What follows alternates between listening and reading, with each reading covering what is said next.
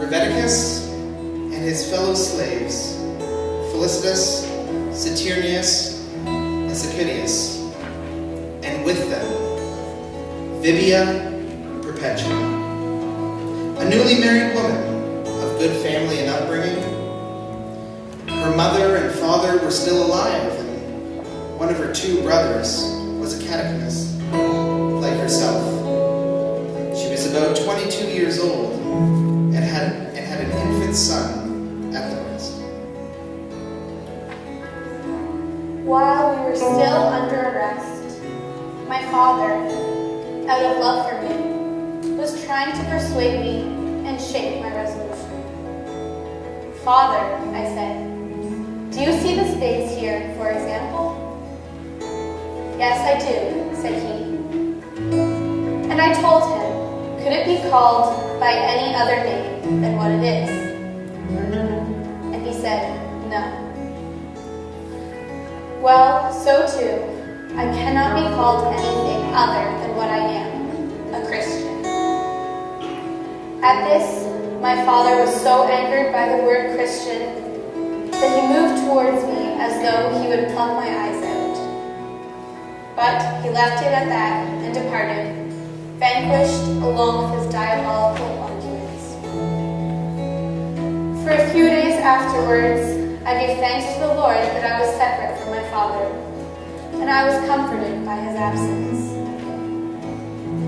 During these few days, I was baptized, and I was inspired by the Spirit not to ask for any other favor after the water, but simply the perseverance of the flesh. A few days later, we were lodged in the prison, and I was terrified, as I had never before been in such a dark hole. What a difficult time it was, with the crowd that he was stifling. Then, there was an exertion of the soldiers, and to crown all, I was tortured with worry for my baby.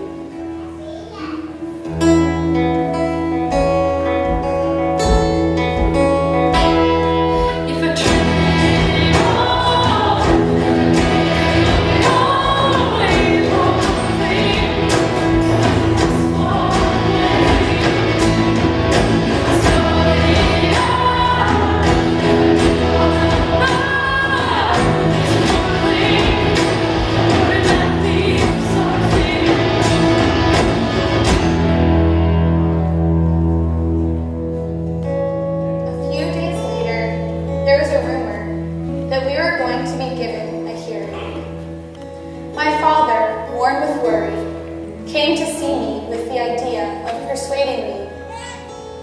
"Daughter," he said, "have pity on my gray head. Have pity on me, your father.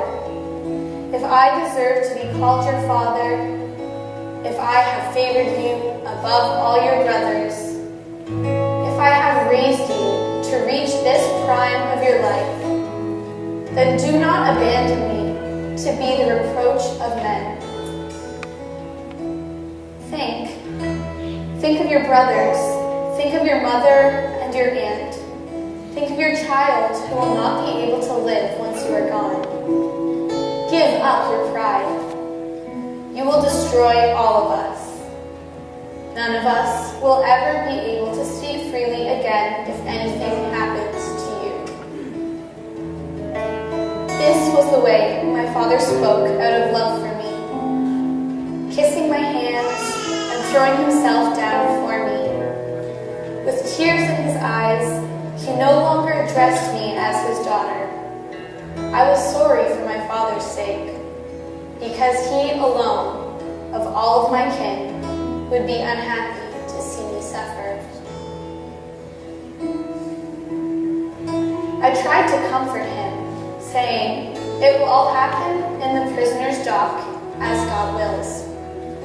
For you may be sure that we are not left to ourselves, but are all in his power." And he left me in great sorrow.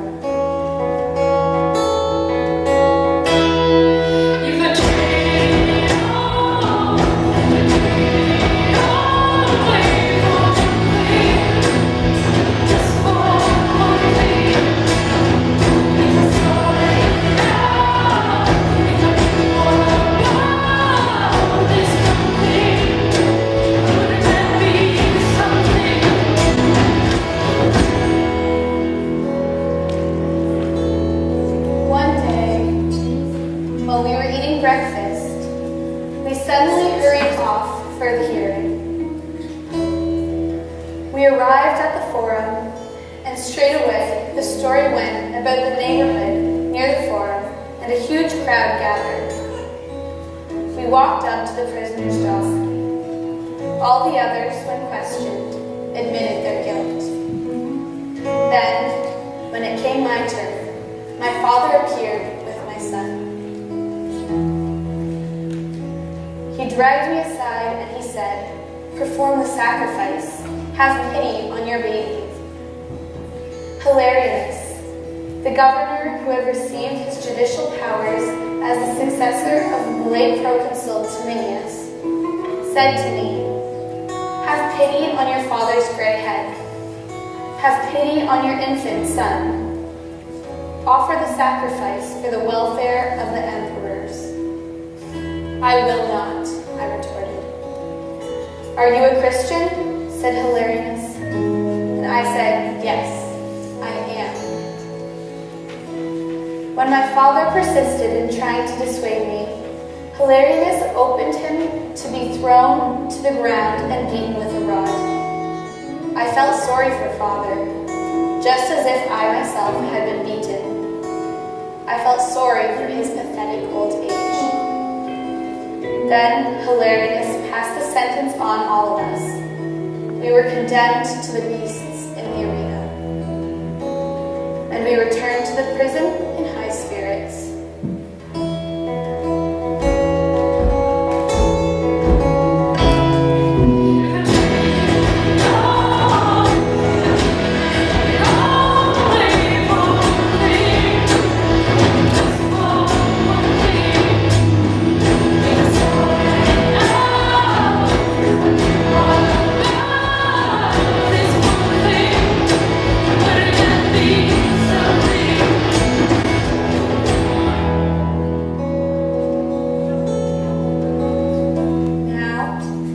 The day of the contest was approaching, and my father came to see me, overwhelmed. He started tearing the hairs from his beard and threw them on the ground. He then threw himself on the ground and began to curse his old age and to say such words as would move all creation. I felt sorry for his unhappy old age.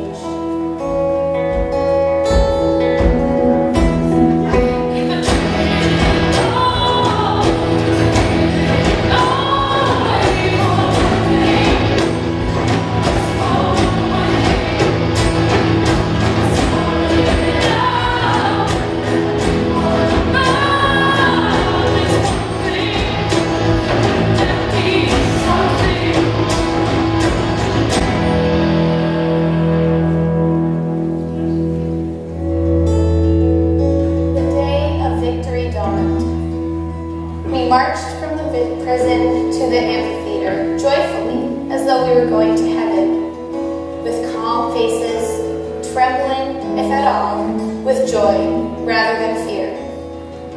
I went along with shining countenance and calm step, as the beloved of God, as a wife of Christ, putting down everyone's stare by my own intense glaze. Perpetua and the other catacombs were led up to the gates. The men were forced to put on robes of priests of Saturn. The women, they dressed as priestesses of Crete. But Perpetua strongly resisted right to the end. We came to this of our own free will, that our freedom should not be violated. We agreed to pledge our lives, provided that we would not do such thing. You agreed with us to do this.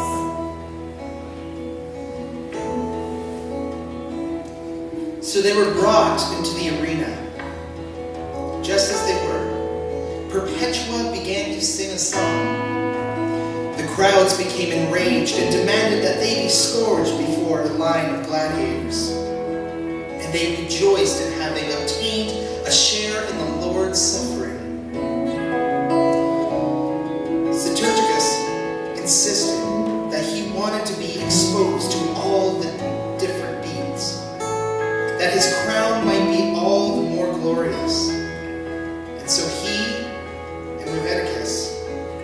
marched with a leopard.